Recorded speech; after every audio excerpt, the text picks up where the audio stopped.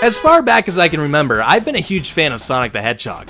And like many around my age, Sonic 2 was the first video game I ever experienced. And with the amount of, wow, decades? Really? Holy shit. Of playing this game, it would easily make the list of one of my top 10 favorite video games. Sonic 2 was a perfect example of a sequel done right. More zones, more variety, more speed. It was a huge step up from the original that not only fine-tuned a great game to begin with, but added some new elements too.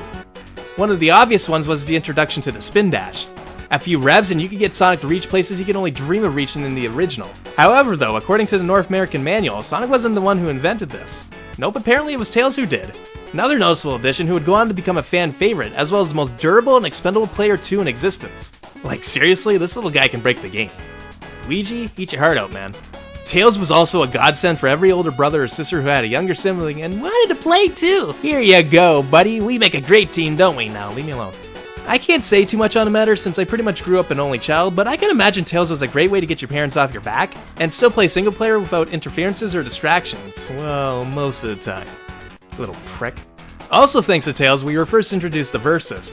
And I know it gets a lot of flack for the very bad slowdown it can get, but if it wasn't because of the frame drop, I'd say it would have been one of Sonic's more impressive two-player modes. You play through 3 zones from the main game in its entirety, as well as a couple special stages, which you gotta admit, these special stages work a hell of a lot better for competitive play than they did for its intended purposes. But to me, I feel Versus Mode's most redeeming aspect was that crossing the finish line wasn't a guaranteed victory. No, it also took into consideration score, total rings collected, the amount of rings you had at the end, and how many monitors you busted. So even though you might have been the quickest, you might not have been the greatest. Lastly, Sonic 2 also introduced Super Sonic, an obvious homage to Dragon Ball Z that gave the player a great incentive to actually go out there to Chaos Emeralds, which you gotta admit, a faster invincible Sonic was a better reward than pink flowers. Like, seriously, what a gem. But as I mentioned, it also introduced the Half Pipe, another staple of the series that I really don't understand why it even is. Now, it's not to say Sonic 2 didn't come with its faults. Hell, we just talked about one of them. You can't deny that there were a couple cheap deaths. The infamous Spike Pit in Mystic Caves, the slicer at the top of the bounce pads in Metropolis Zone. Or how about that part in Wing Fortress where the speed pad glitches out and shoots you to your death all because you kept moving forward. Little things like this can make Sonic 2 very aggravating, but in reality, Sonic 2 was a pretty challenging game for its time and a demographic it was trying to appeal to.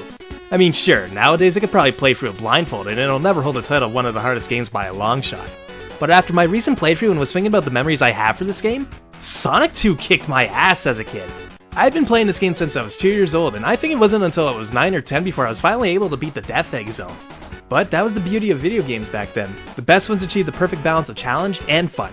And nearly 25 years later, I still come back to it on a regular basis. There's a reason why it's the best-selling game on the Genesis. Sonic 3 and Knuckles is considered the best, and no one can deny that. But for many as well as myself, Sonic 2 is still my favorite.